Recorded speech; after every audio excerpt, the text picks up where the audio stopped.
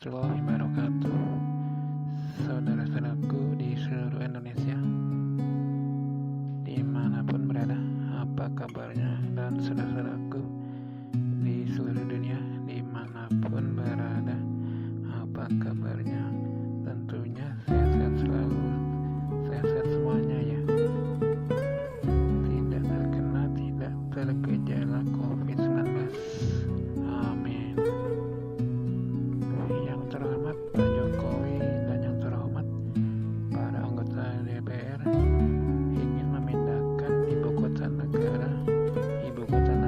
ke Kalimantan, dari Jakarta ke Kalimantan. Ternyata ingin memindahkan ibu kota negara yaitu Jakarta ke luar Jakarta, ternyata sudah ada sejak dari zaman pemimpin kita yang terdahulu. Sudah ada sejak dari zaman Bung Karno. Bung Karno memang ingin memindahkan ibu kota negeri, ibu kota Jakarta ke luar Jakarta. Hal ini dikatakan oleh yang terhormat Pak Jokowi. Di zaman Bung Karno tidak sempat terlaksana dan tidak sempat terrealisasi. Lalu dilanjutkan di zamannya Pak Harto. Ternyata Pak Harto pun nggak sempat merealisasikan memindahkan ibu kota negara dari Jakarta. Lalu dilanjutkan di zaman Pak SBY, Pak Susilo. Ternyata Pak SBY pun nggak sempat melaksanakannya, nggak sempat merealisasikannya. Nah, sekarang akan direalisasikan, akan dilaksanakan oleh yang terhormat Pak Jokowi.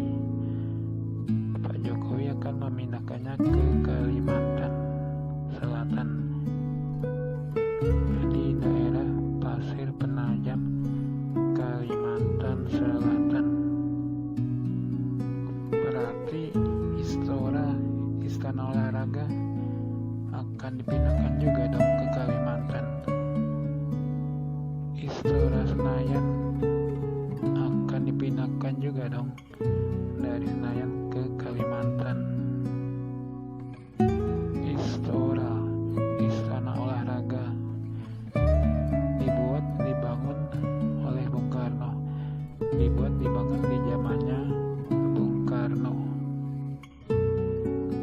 Aku nggak tahu bagaimana sih kondisi wilayah daerah yang area yang dijadikan lokasinya istora tersebut. Kondisi dan situasinya bagaimana sih di zaman itu, di saat itu, di area yang dijadikan istora tersebut di zaman itu, kala itu bagaimana sih? Aku nggak tahu sih. Tapi kayaknya sih aku bisa menerka-nerka bagaimana kondisinya area yang dijadikan lokasi istora tersebut, yang di Senayan tersebut. Apalagi terjadinya di kala itu, di zaman dulu gitu. Sedikit banyak tentu lagi bisa mengira-ngira ya bagaimana kondisi di zaman tersebut, di zaman dulu. Menurutku sih pastinya indah banget ya, indah banget di wilayah yang dijadikan istora tersebut. Indah banget, pastinya sejuk banget, apalagi kan terjadinya di zaman dulu. Indahnya tentu banyak pepohonan tersebut bisa juga kan pohon-pohon buah-buahan, buah yang macam-macam deh pastinya ya.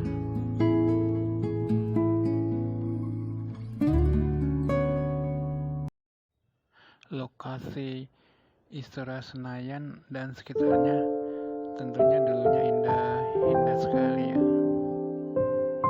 karena banyak ditumbuhi oleh pohon-pohon buah-buahan,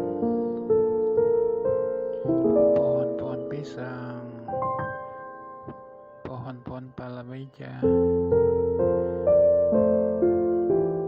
tanaman sayur mayur, dan seterusnya, sehingga pemandangannya tentunya begitu asri, teduh karena banyak ditumbuhi pepohonan, dan hawa dan udaranya pun menjadi sejuk, begitu sejuk, karena tentunya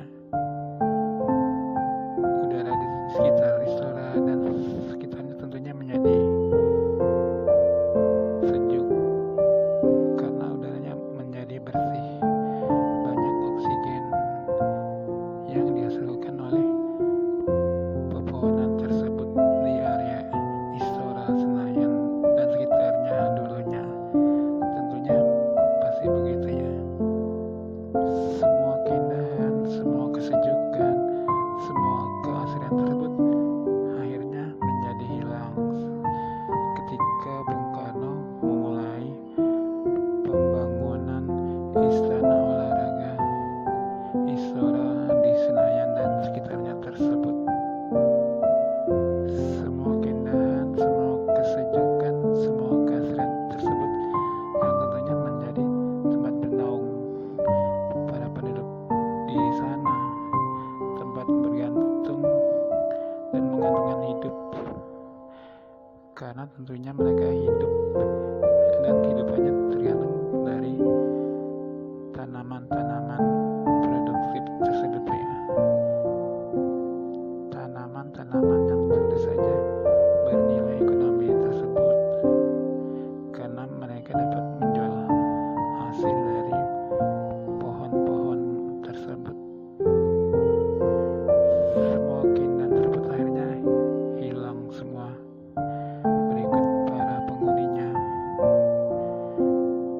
karena semua keindahan tersebut akhirnya tergusur dan tergusur berikut dan bersama orang-orangnya tergusur dari sana, hilang dari sana, semuanya hilang, digusur dan tergusur oleh pembangunan, pembuatan dan pendirian Istana Olahraga Istora Senayan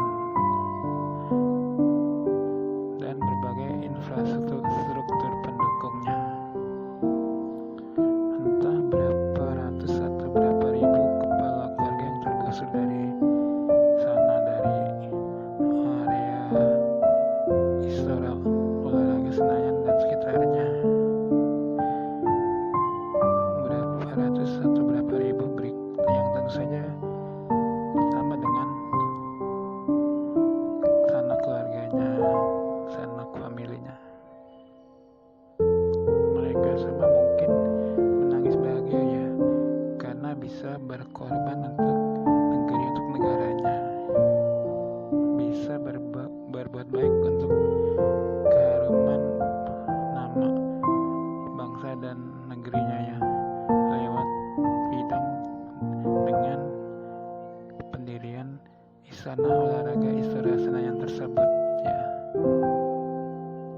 Aku nggak tahu apa Bung Karno kemudian memberikan tempat penggantian yang sama baiknya, atau mereka mencari sendiri-sendiri, para kepala keluarga tersebut ya, mencari secara mandiri sendiri-sendiri solusi tempat pengganti tempat hidup, mencari hidup dan kehidupannya di tempat lain ya. Apa mereka mencari sendiri-sendiri, apa memang Bung Karno mencarikan tempat penggantinya yang sama baiknya ya, atau merelokasi mereka atau enggak, aku nggak tahu ya. Mungkin juga Bung Karno pada saat itu mencarikan tempat pengganti yang sama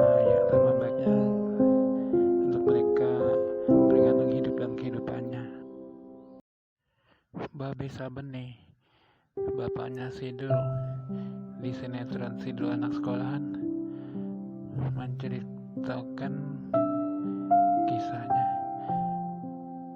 dan memperlihatkan lokasi-lokasi kakeknya. Babe Saben nih memperlihatkan, nunjukin lokasi-lokasi makam leluhurnya. Di sini makam kakeknya, di sini makam si leluhur ininya, itunya, dan seterusnya. Jarak leluhurnya yang ini ke yang lain jaraknya sekian. Babe Saben ini mengukurnya dengan lompat-lompatan, dengan sekian lompat, dengan sekian langkah, dan seterusnya. Babe Saben ini memperlihatkan kepada kita semua nih, para penontonnya, kebahagiaan sebagai salah seorang yang pernah hidup tinggal mencari hidup dan kehidupan dan bergantung pada alam di Istora Senayan dulunya, sebelum ada Istora Senayan. Babe Saben ini memperlihatkan salah satu potret orang yang pernah dulunya tinggal berdiam, hidup dan mencari penghidupan dan bergantung pada alam di wilayah di area Istora Senayan dulunya. Potret-potret lainnya tentu banyak ya. Potret dari orang-orang yang pernah hidup tinggal berdiam di wilayah di area Istora Senayan dulunya ya. Potret lainnya bisa juga dari babe lainnya memperlihatkan, di sini rambutan gue nih dulu banyak buahnya, bisa dijual. Pohon rambutan, ada sekian rambutan, memperlihatkan lokasinya dan seterusnya. Dan potret-potret lainnya yang tentunya beragam, bermacam-macam. Potret-potret kebahagiaan dari orang-orang penduduk yang pernah hidup tinggal berdiam, bergantung dari alam di lokasi area yang sekarang tempat berdirinya Istana Olahraga Senayan tersebut. Saat Babe Saben ini lagi berada di istora tersebut, di Istora Senayan, saat sedang memperlihatkan lokasi-lokasi leluhur-leluhurnya, di sisi lain ada juga anggota para olahragawan yang sedang latihan sepak bola di Istora Senayan. Babe Saben ini lalu bercandain mereka, latihan mulu, menangnya kagak gitu. Babe Saben ini bercandain mereka.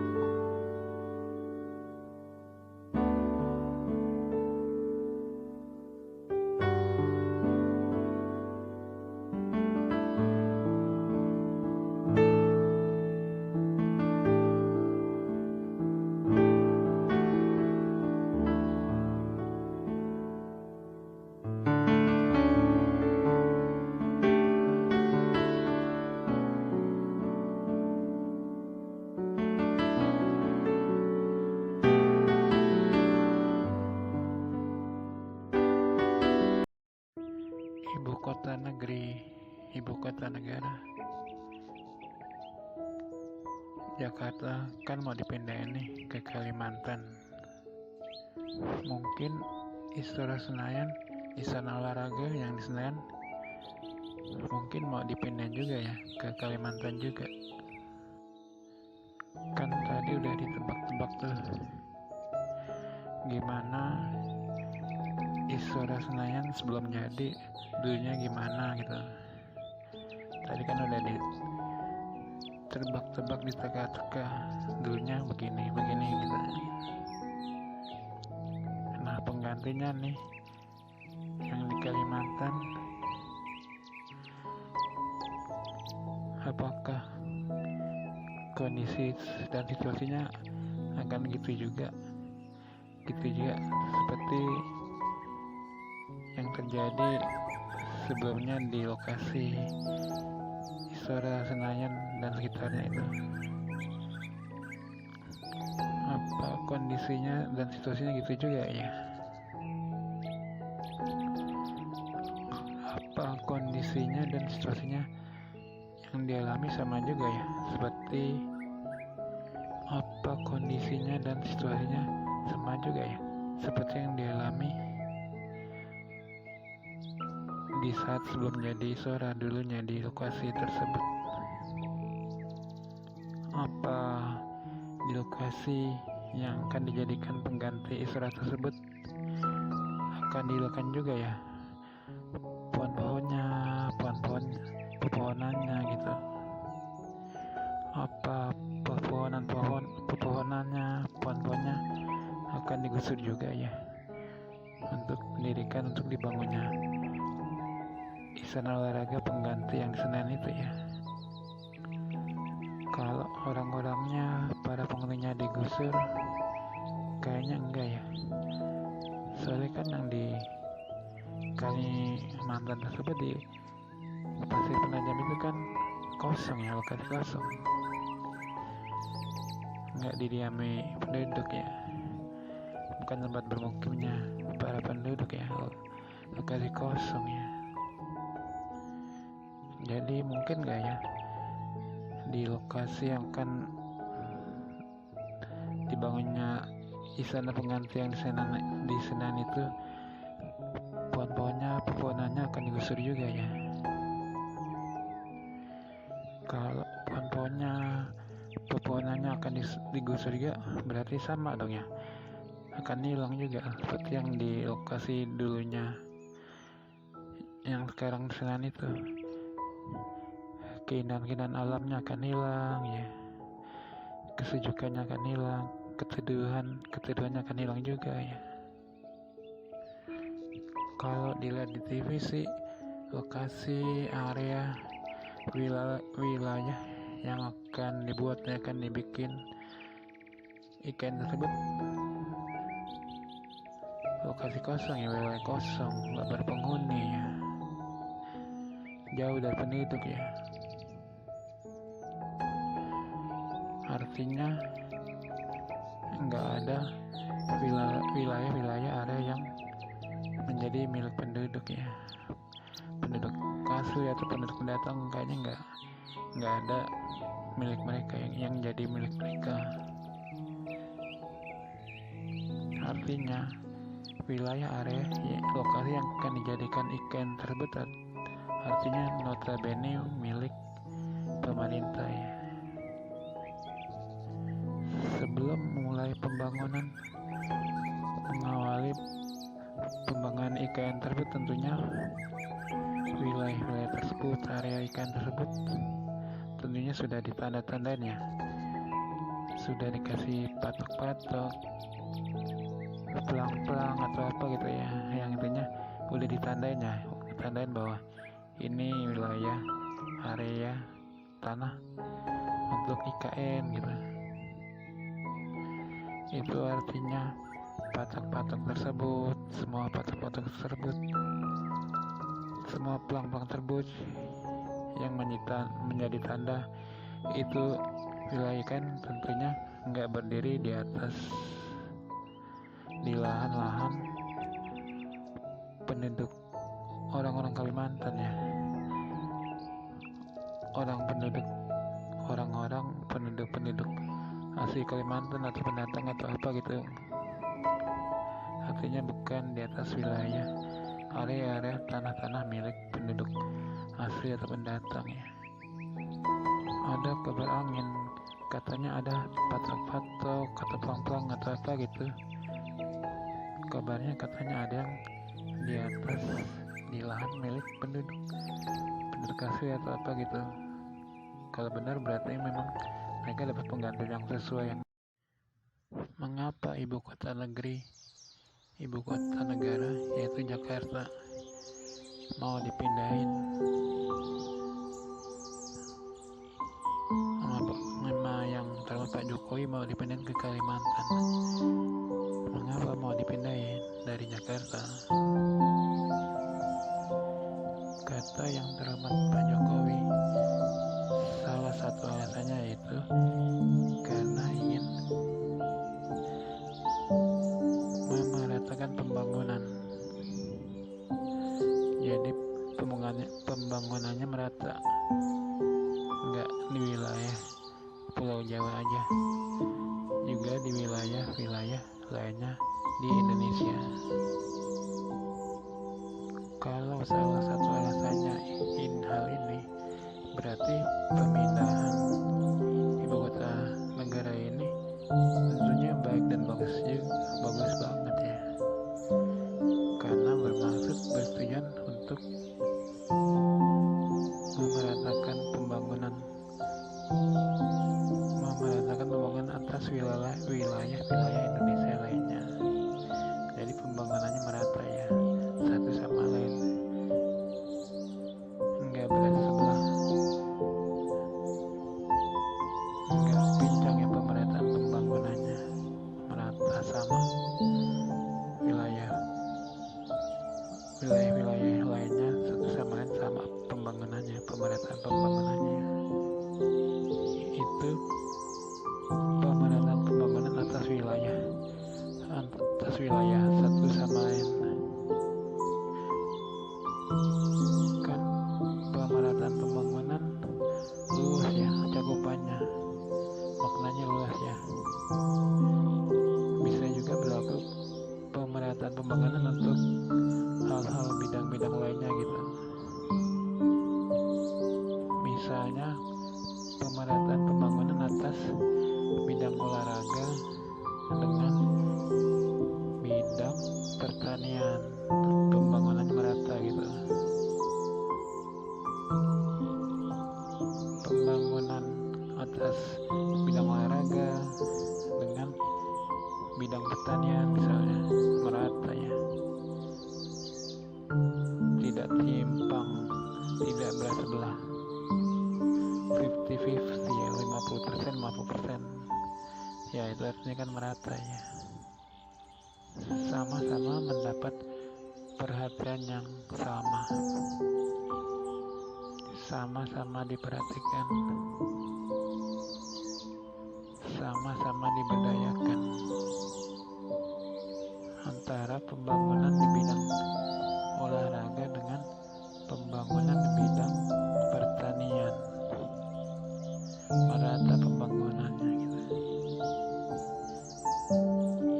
Jadi kalau perkembangan bidang olahraga bagus, maka perkembangan di bidang pertanian pun bagus, sama bagusnya.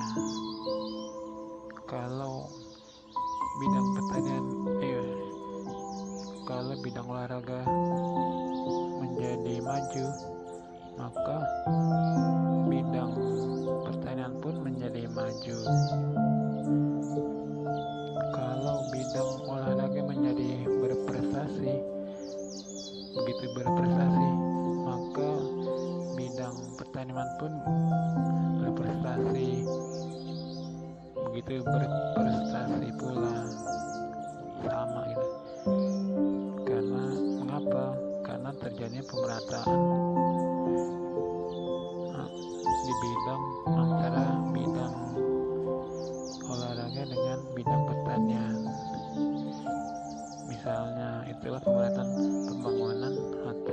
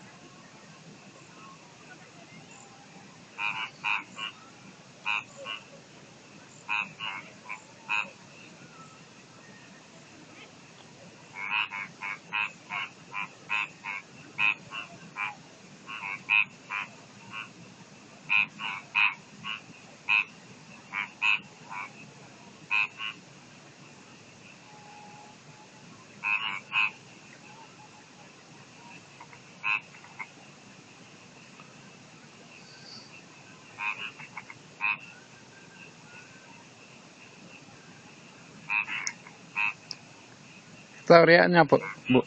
Eta ureanya. Iya. Pupuk ureanya.